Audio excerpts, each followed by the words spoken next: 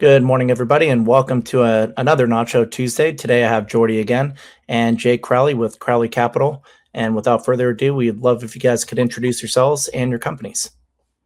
Jordi, go ahead. Yeah, definitely. So my name is Jordi Pujol. I am an expert in valuation and obsessed with everything value and pricing. And I work for a boutique investment bank called Objective, where we sell companies on one side and then we value companies on the other. Yeah, I'm Jake Crowley. Oh, go ahead. Sorry. No problem. I'm Jake Crowley, managing partner here at Crowley Capital. It's a direct-to-cap fund, Series A and plus. This is in deep tech, fintech, health tech, and prop tech. On top of that would be special projects that occur along the scale, again, into secondary markets, also within various major projects across the world in different regions, and advisement for family offices and their deployments as well. Nice. And you're based in Austin, Texas, correct? Out of Austin, Texas, yes. Nice. How's the venture capital scene down there? Blooming. It's, by all metrics, interesting in all capital formations, but VC is the one that's really seeing the hockey stick. That's great to hear. Yeah, I used to live in Austin, so it's come a long way. Great to see. So I guess, Jordi, what separates a company that's simply profitable from one that's actually truly ready for an acquisition? Yeah, so this is something that we encounter often, right? People that want to sell their company, but they're everything for the company, right? They're running the company, they're fixing problems, they're the go-to person about everything.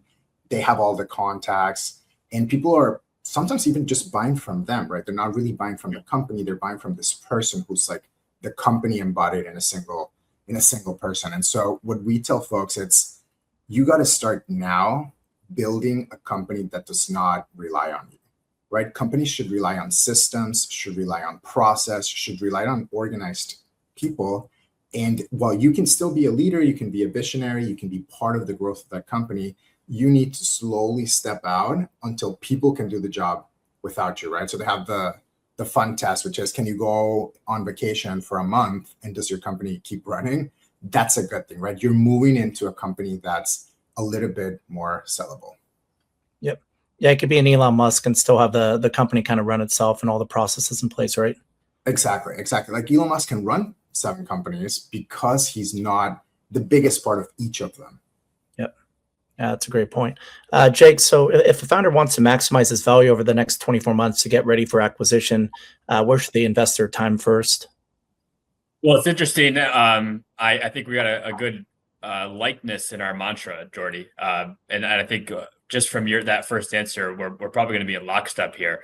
It is going to be about the desegregation of reliance on one individual within the company. And that's going to always drive valuation. So I actually think founders kind of ask themselves the wrong question. So instead of asking, how do I increase valuation? You actually want to reduce risk as much as possible. Valuation's largely the market's way of pricing that confidence. So if I had 24 months, I'd divide that into 3 phases. It's going to be very similar to what Jordi was kind of bringing up. So the first 8 months, that's going to be about leadership. So every major function should operate without the founder making every decision. And then the next 8 months are going to be about systems. You brought up Elon. What a great example of someone who understands systems, understands going down to the foundational level and really creating at that foundational level and then being able to optimize. So the next 8 months, financial reporting, dashboards, customer success, sales, documentations, everything like that. And then you're going to diversify. So final 8 months, diversify your customers, your revenue streams, that leadership, but not the leadership that is always in place. It's the leadership capabilities. It's exactly what we were just saying. If he has to go and leave for a full month, are we still reliant on some of that decision making, or is everybody else able to carry that on? So one thing I always just encourage, do what is incredibly simple. So imagine your largest customer leaves tomorrow. Does the company survive? Imagine the head of sales, they resign. Does growth still continue? Or imagine, again, you personally disappear for 30 days. Does that organization keep moving? So every answer that makes everybody in the company feel a little uncomfortable, those are always ways to build on the enterprise value there. Yeah, that's a great point that you made. Go ahead, Jordi. No, and I like that you said that about reducing risk, because right, the equation that people always think about is future cash flows, and they all want to grow future cash flows, but they're forgetting that there's a discount rate associated with it, right? Yes. So if you're discounting those cash flows and you can minimize that discount rate, your value naturally grows. Yeah, I guess what are some other big value drivers? I guess this question could be for both of you. What are some other big value drivers buyers look for in founders and the company themselves when determining a valuation, whether it's ready for acquisition? I mean, honestly, all the ones that Jake was talking about that de-risk your company, right? For example, like diversifying your suppliers, that's a really big deal. I mean, you'll hear this a lot, but people really care about the predictability of your revenue. So it's not the same to have a company that's a retail company that sells one-offs and is consistently doing one-off projects, that, for example, one that does projects for the government has a guaranteed 5-year contract, and on top of that has guaranteed minimum payments, right? Those are two very separate companies. And one could be doing a little bit more money even, but the predictability of those government contracts and knowing what's going to happen in the next 5 years, that's a big, big, big value creation driver. So if you can basically contract a little bit more, guarantee a little bit more, have more partnerships, have channels that are more predictable, your revenue will always be more valuable than revenue that is not predictable, even if it's a lot more, right? So that's something that people forget, that even if it's more, you want the predictability rather than the volume. Yep. Yeah. Go ahead, Jake. Yeah. I was just gonna add in, if you're looking at it as a VC versus strategic acquirer, those are two kind of different things. One's evaluating how large can the company become, and then the other one is evaluating, what makes my business stronger on Monday morning. So if you're looking at it from the VC side, you might invest because the adaptation is going to transform the industry over a decade, where a Fortune 500 software company, they're going to acquire this specific founder or this specific entrepreneur because that same business immediately expands their product offering or shortens their product roadmap. So you're looking at it in two different buckets. So if you're looking at it from a corporate development and an executive saying something that we're not buying software, we're buying time back. And that's specific in the ways that we're looking at it from this evaluation. So it's completely changed how I thought about acquisitions, because the greatest value isn't what the company built. It's the years of development the buyer no longer has to spend from that enterprise side. So there's two different mindsets that kind of play out there. Yep. Is there a difference is there different types of acquisitions? Can you maybe go over some of those? Obviously there's acqui-hires, there's, other reasons people buy companies. It could be for IP, it could be to expand their product lines. Would you guys like to cover some of those areas and reasons why companies actually acquire companies and how maybe a founder could position themselves for one of those exit opportunities? Jake, I'll let you take this one first. Yeah, so there are very many different ones. That's a good reason why I wanted to bring up those two very specific ways. So it's kind of falls lock and step of what we're talking about here, where a founder should be thinking about, how do I proliferate all of my availability and my financial acumen so that when it does go across those stages, or it is available for these different types, then every single one of them is going to glean it from the institutional perspective. So we really want to clean everything up. It's interesting when somebody speaks about, well, I took the last 6 months and we really were able to come to the market now as a saleable product. Well, from an institutional perspective, we're always looking at that 6 months. We're really hoping that you've done it over the last 3 years or 5 years. So that's what makes it just really nice and tidy, that we are confident in that evolution of your perspective of going to market. And that's why those sales products or that sale acquisition is so different. There are enterprises that are just purchasing as an unfolding within a product series, or there's a strategic acquisition that is happening from a larger side. Maybe it's a private equity group that can change up their EBITDA metric because they see this coming into the portfolio, or there is just a direct investment that is you're seeing this for the long term as an evaluation perspective, because you know that this is going to solidify and break ground on the industry and able to prop up the industry because of what this new company is able to bring to the table. So there's many different ways, but it always goes back to the individual displaying confidence for that purchaser at that time. Yep. Jordi, anything to add to that? Yeah, I mean, for the sellers out there, right, when you're having these conversations, you're going to see different types of buyers. So you have your financial buyers, right? Your typical private equity, venture capital, depending on the stage of your company, how much capital it needs to grow versus to improve operations. Someone like a private equity might be a private equity that's really focused on growth, or it might be a private equity that's really focused on operations and improving margin because they already feel like you've been able to achieve a certain usable growth and in a market that all they have to do is improve your operations. There's the early stage buyers, right? They can be majority early stage buyers where they take over again and grow it, which is a little bit more rare, or they can be minority venture capital where they come in, they give you an investment, you run the company, but they're trusting you, they're trusting your team, and they're letting you grow. And then now we're seeing kind of like different combinations of that, right? So some of the strategic acquirers have venture funds that kind of mimic venture capital, right, through a corporate structure. Some of them mimic more of the private equity kind of side where they're building portfolios of different companies or different services, different technology. And you have the ones that are just incorporating, a really good engineer, a really good team, or a really good product into their existing offerings, right? So they might include it as a new feature into their traditional offering. So you're getting a large span of different buyers. So as a seller, you just have to make sure, okay, where's my value maximized?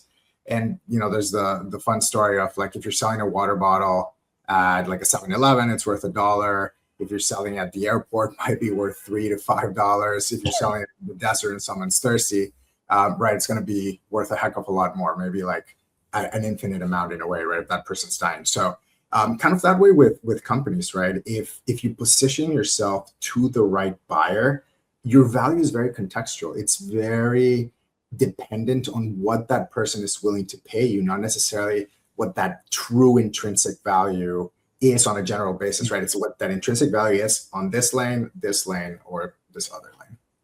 Yeah, that's a great analogy there. How do you guys think AI changes the landscape, especially for software companies? Is software valued as much as it used to be in terms of acquisition? Drastically is the answer.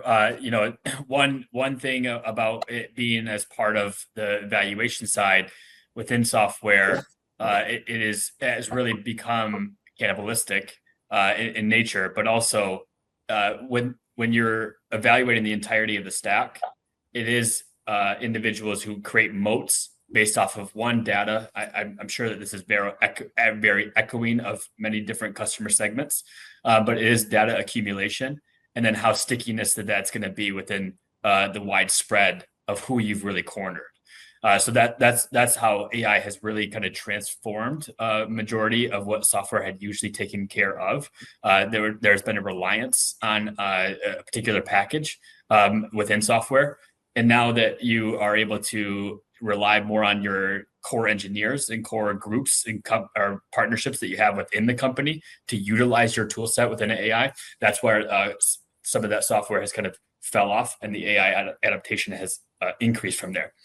So it does make it so you have to rely more on the individuals that are using it, and then the partnerships that you do have with the buying sector, along with the data accumulation, so that when you make that data more localized and you have those small or SLMs that are accumulated around specific tasks that are in the process or operational process, that's what's making it more sticky, and that's what's creating your moat.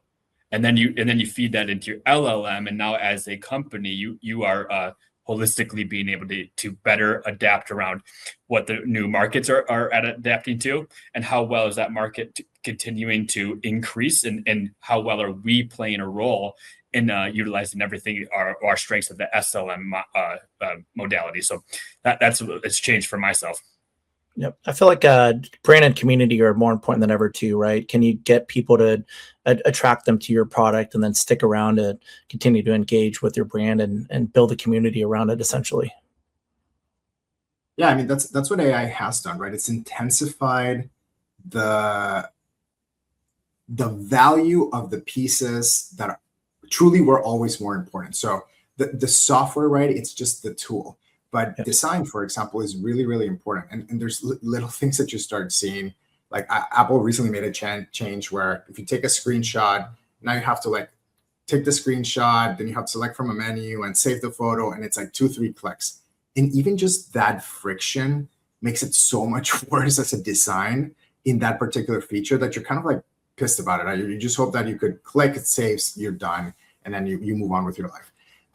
That's the same way in all software, right? Like if people can design for the user and can continue to create a magical experience, it'll be really, really hard to replicate, because now instead of, one thing that I'm doing through the AI or Lovable or whatever else people are doing, I have to create a bunch of other things, make it really pretty, be very intentional. So then again, I'm architecting, right? So by the time you're coding everything, it's almost as long as coding it from scratch, because there's so many little pieces that make it so seamless as a product. On the other end, it's all like what you mentioned, right? It's about the users, it's about the community, it's about the repeatability. And so do people adopt your software, integrate it, and then does it have all those other things that make it easy to integrate into a company, make it easy for users to bring it into maybe their own connectors? Does it have the right APIs, right? Like all the backend is starting to become so much more important, because these kind of like really simple front-end apps now anybody can create, right? And so again, you're kind of going back to the basics of business, which is, do you have the distribution channels to sell it? Do people want it, and do they want to stick within those channels? Do you have the design to make it super easy to use and a great product? And if you put all those things together, okay, now you have a great product again, right? Which again, I think it was what was happening always. It's just that there was this technical aspect that created a difficulty for folks. But at some point, you had so many engineers that didn't really become like a challenge for people anymore, right? You could just hire engineers here. At some point, you could just hire them in like the Ukraine. But now it's an AI. It's kind of the same thing. You're still having to build the products, make it really great and very usable, and that's what always created value, anyways. Yep. Yeah, that's a great point. I feel like you could easily identify products that are just AI slop. There's a lot of consistent markers, I guess, when I look at websites or new products coming out. I'm like, these guys literally just fed in a prompt, and you could tell it just spit out like there's certain like patterns to the way AI thinks things should be done, and that'll come out in the products very easily, as opposed to the ones where they use AI as like a superpower to kind of lift the project up and move things forward, but they're very detailed in terms of like how they manage AI, like very specific in terms of the prompts, like very detailed, to come up with a unique product out of that, as opposed to just going the easy route and just launching something just for the heck of it. Yeah, I mean, being a product manager was like the most coveted job in Silicon Valley for a really long time, right? Like these guys were hiring really smart, really creative people, because they really had to think about all the other aspects that maybe an engineer doesn't have the time to, or isn't the right person to do the job, right? You kind of always need the architect, you need the engineer, and then you need the construction people. So I feel like it's a little bit off that. Yep. Yeah, I guess how should founders start positioning their company from an early stage for exit? We talked about a couple ideas earlier, but without getting distracted, obviously, from the here and now to like actually build sustainable revenue growth. But what are the key things from day one they could actually do to set themselves up for potential exit down the line? Yeah, I don't think that there's too many competing objectives of if you're looking at early balancing kind of the building versus the optimization for eventual acquisition. So I think businesses that create most long-term value usually aren't chasing exits. They're kind of obsessed with solving the customer problems very, very well. And that's of what we were just talking about, the companies that are looking at, well, if I just build something kind of basic and modular, and then we take those modular pieces and we try to bolt them into customer systems, because if we hit a certain ARR mark, then we hit an exit. You can always spot them. You look across all markets and across all customer bases, and you can pinpoint them right away. And it feels like in the buying side, there's a lot of companies that will try to pull the wool over and think that they're going to get by just because they have a few customers that entertain this idea because of that trust factor that they were given. We all see right through it. So I think about companies like Costco. So for probably decades, they made decisions that prioritize customer trust over that short-term profits that they were likely stepping right beyond, because they had a longer vision. So as a result, they created, value that will go on for the next 100 years. So Like the hot dogs. Founders that focused exclusively on that exit, they're making decisions that look good, within a quarter or 2 quarters, but they're weakening their longevity for the business. So I would say don't focus on the short term. Always have that longer term vision. Even if you're willing to give up a little bit in the near term too, right? In terms of, maybe near term profitability, you might be going for a land grab strategy, which you can see a lot of these AI companies actually are. And there's a lot of discussion around that, but it's really a race to get as many users onto the platform, onto your AI platform as possible. The dollars will make sense later, I guess. And to your point about Costco, the famous $1.50 hot dogs, they never changed the price on, which, even given today's inflationary environment, is pretty miraculous. Dollar Pizza changed in your backyard. They have to start doing $2 hot dogs. Oh, shoot. Yeah, I know. It's Seattle's one of the more expensive markets, as you know, New York is as well, too. Yeah.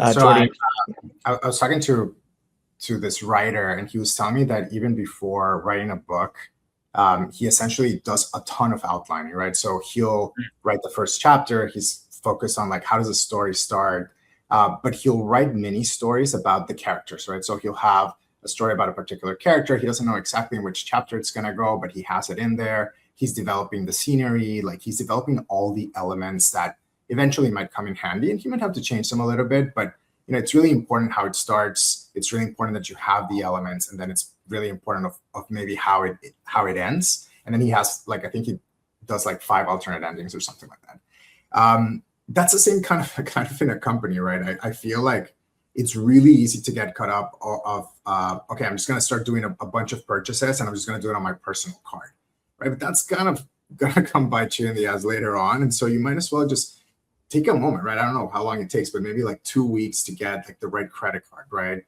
Think about who you're going to bank with. If you're going to have to take payments, what's going to be your payment processor? Try it out a little bit, right, with a few customers. And then everybody wants to build a gigantic company for day one, but you don't have to. You can build this really, really tiny company for a very, very niche sector, and all you're selling is one feature, right? You don't need to sell the whole product yet.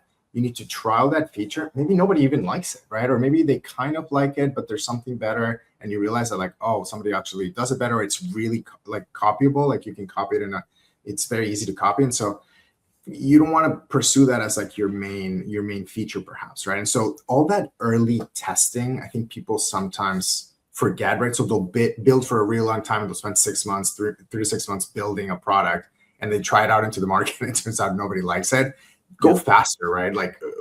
Build it for a month, do an MVP, have your friends try it, other people, right? Do little tests of how it works. If it's a website, put it out there and see how people react. You actually get visitors.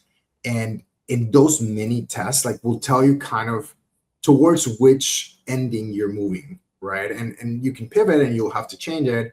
But if you thought about the elements, right? Okay, eventually I will need to hire these types of people. Eventually I will need a specialist engineer in AWS and this, because I'm going to go cloud that direction.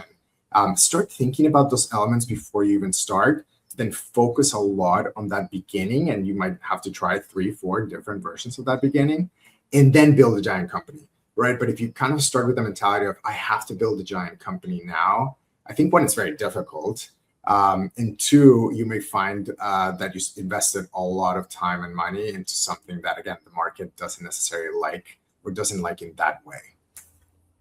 Yeah, that's a great point. Yeah, a lot of times too, I like to start from like the end, which I think they call vision, then kind of work backwards from there. Like, what does success look like to us? Like, what is the big vision or problem that we're trying to solve? And then you could kind of fill in the details from there. Same way I kind of read books. Like I love Blinkist because it gives you like 15 minutes, like just here's the key takeaways from the book. And then from there, it's like all the fill in details from there. And that completes the whole book, which will take you a long time to read. But if you want to get to the point, you could start with that framework there and kind of, same in business too, kind of build around that. And then you figure out the details to your point, what is an MVP? How does this flow actually work? Who is our real customer actually? All those details can kind of flow in after that. Yeah, it's all about hypotheses and then testing those hypotheses out. Yep. And love your customer, like your product. I always tell people too, because I meet a lot of founders that just love their product so much and they're trying to make people love it as well. But they're kind of missing the point in that regard where they're trying to force their product on people. And I've seen this happen a lot more with engineering founders too, because, they've really loved what they've handcrafted and built as a product and they expect other people to as well. But unfortunately it doesn't work that way. But if you do love your customer and their needs, then it becomes easier to figure out the features and the things you need to do and the product to actually deliver on that. And I'll just say one quick thing. So Steve Jobs was famous for basically saying, like, I'm going to force people to use it the way that I envision it. But I think people mistook that. It wasn't that he was like trying to force the product on people. Is that he had like a bigger vision of it, right? And by the way, he was taking huge risks, and that's why he created the biggest company ever, right? Like when you're being an entrepreneur, is that the type of risk you want to take? Because do you want to be like 1 in a billion type chance of making it, or do you want to be 1 in a million? Do you want to be 1 in 1,000, right? You can decide which path you want to take, and it doesn't have to be the Steve Jobs, I'm going to force people to love my product, because 99 million companies failed doing that, and then he was the one who won because he had this very, very broad vision and maybe the ability to do it. But again, he's like extremely unique. So just something to keep in mind. I think to tie those two together as well on the quantity, but also the longer vision. So Andy, you brought up a good point. Start with your North Star and bring it back. So you're going to stay tried and true. And then Jordi, when you said, keep it very tight with the customer base, because if you're relying on 10 individuals that you really trust and you love your customer, then they're going to give you great feedback and you're going to be able to make and malleable this product for exactly who they are. And then it permeates from there. But if you're starting with 1 million customers and you're getting pulled in all these directions off of their demands, you're losing sight of that longer vision. And then it's only going to create more friction in that short term. Yep. Yeah. And I think Steve Jobs did start with that North Star too, right? And then he kind of worked backwards from there. Like, how do I get people to where I want them, I need them to be, but understanding people's needs today, what their expectations are, human behavior as well, and then kind of accounted for those in terms of like design and tying it all together, which I think he was a real genius at. So I guess, what are some of the mistakes founders make? We're talking about all these great things you could do to set your company up for an exit and increasing your valuation. What are some common mistakes you see from companies? And I know financial is obviously one of the big ones, not keeping their books in order. What are your guys' thoughts on that? Go ahead, Jordi. So for me, it's going in a direction where you don't have an unfair advantage.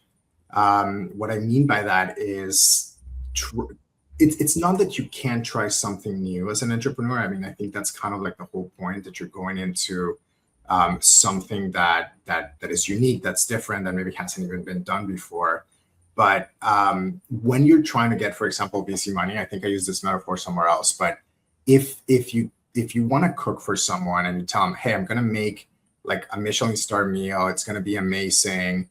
I'm going to prepare it. I'm going to fish my own fish and I'm going to do all these things. And you're like building the story of everything that you're going to do. But then someone asks you, like, have you made scrambled eggs before? And you're like, not really. Like, I've never really cooked, right? Like, that's going to be a challenge to get money on, right? It's going to be very, very difficult for somebody to trust you with a 3-star Michelin meal when you like never made eggs in the And so when I say unfair advantage is everybody has unique experiences and everybody knows a particular market. And so it's okay to start there, right? So for example, like if you've worked 10 years in telecommunications, you probably know a lot about that industry that most other folks do not. And so when you enter with a new product or a new technology or something that you're building, you're going to have an unfair advantage of understanding who buys it, why they use it, how companies work, how quick the sales cycles are. You're embedded in that, right? At the same time, if you're just passionate around watches and you know everything that there is to know about watches, and you love the dials and you know why they're important, and you understand why people hate quartz and love mechanical watches, and you spend all your time on the forums and you understand the subtleties, you're more likely to build a successful watch company that somebody else, right? It's not like that's the determinant of you being successful, but it's definitely giving you a higher likelihood, right? And it's all about reducing risk. So it's all about increasing your chances of success. So that's why I say when you have an unfair advantage, right? If you go up to a VC and present like, hey, my team, each one of us has 10 years in telecommunications. One guy's from sales, one's an engineer, one's from product, etc.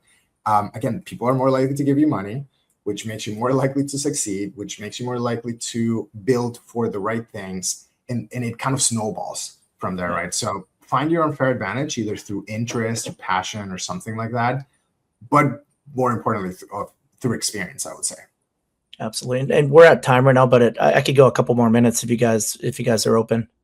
I got to get right to next one. I apologize, but I'll just add on to that one. That was beautifully said. It's all about speed and dexterity on early, and then looking at where that's going to go to. So Jordi's answering for both of those. If you're somebody who needs to move fast because you're wanting to compete in a market that is ever changing, do it alone, but then continuously get those individuals that are going to be around you to advise you, and then become those syndicated properties or coordinated advisors that run the operations. Because at some point when you're going to go to that valuation table, when we're evaluating you, we're not looking at the one founder because you have one customer and it's very concentrated. You might see that as an advantage. We see it as risk, because that customer leaves or you're not at the helm anymore, then this could all fall apart. My valuation is based off of that. If you were at very early, you were very quick on what you did and you were very nimble, but you put the next 5 individuals around that contain those properties, and you have a customer base that is very big and we can rely that that's not going anywhere, that valuation goes from a 5x to a 10x immediately. So you might have moved fast because you thought you really wanted to make the sale, but you just really killed your value that you're going to sell to us at. Where if you moved fast, but then slowed it down and made the operations in place, that's where you're going to get more at the end and exist a little bit further. Great. Well, thanks for coming on, both of you today. Would love if you guys could maybe tell people where they could learn more about your companies and maybe what type of partnerships you guys are looking for, and how can the audience help you? So to close it out, LinkedIn, that's definitely the best place for me. It's my name, CFA. You can DM me. You can find my email there. All my information is there. Great. Jake? Likewise, Jake Crowley on LinkedIn, Crowley-Capital. Any questions you might have or any advice, I'm always available. Great. Thanks for coming on today, guys. Really appreciate it. Great discussion. I'll catch you next time in Austin, Texas, and I'll see you in LA, Jordi. All right. Thanks, guys. So much. Enjoy. Bye.